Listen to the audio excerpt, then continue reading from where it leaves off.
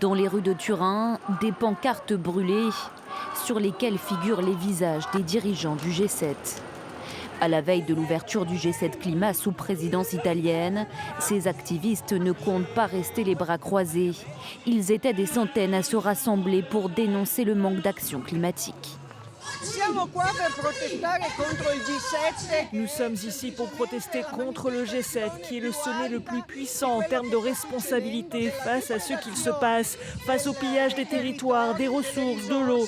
Les puissants nous imposent une transition écologique qui n'en est pas une.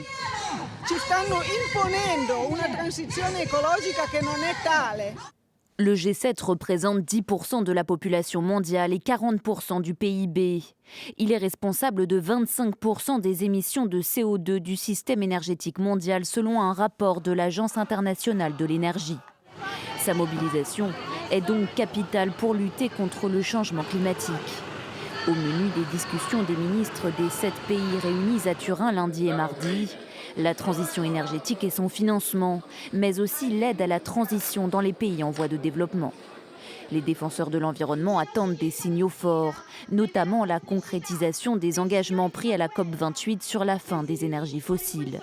Mais pour l'heure, le Japon et les États-Unis ne sont pas prêts à s'engager sur une date de sortie du charbon, l'énergie fossile la plus polluante.